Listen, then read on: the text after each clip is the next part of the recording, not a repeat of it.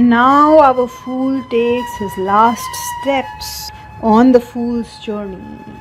And friends, he reaches back to the cliff where he had started his journey in the fool's card. This is the same cliff where he had actually almost stepped over the cliff when he was young and too foolish to look where he was going.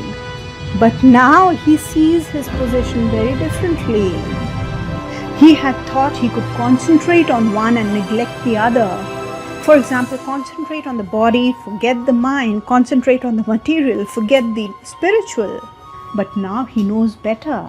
He knows that mind and body, past and future, individual and world, everything is one, and included in the fool and the mystic, who are both doorways to the secrets of the universe.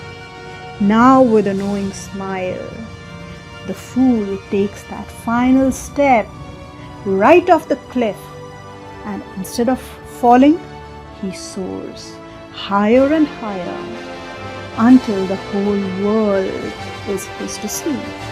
He ends exactly where he had begun. It's a new beginning where he had ended.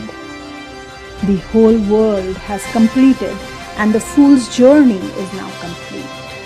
The world card, my dear friends, is about completion. It is about successes. It is about accomplishments. It is about accomplishing everything that you desired and more. It is about feeling fulfilled. It is about being fulfilled. It is about being involved, integrated. It is also about integrating different parts of yourself. So now the fool has integrated different parts of himself into himself. He is not neglecting one part at the cost of the other.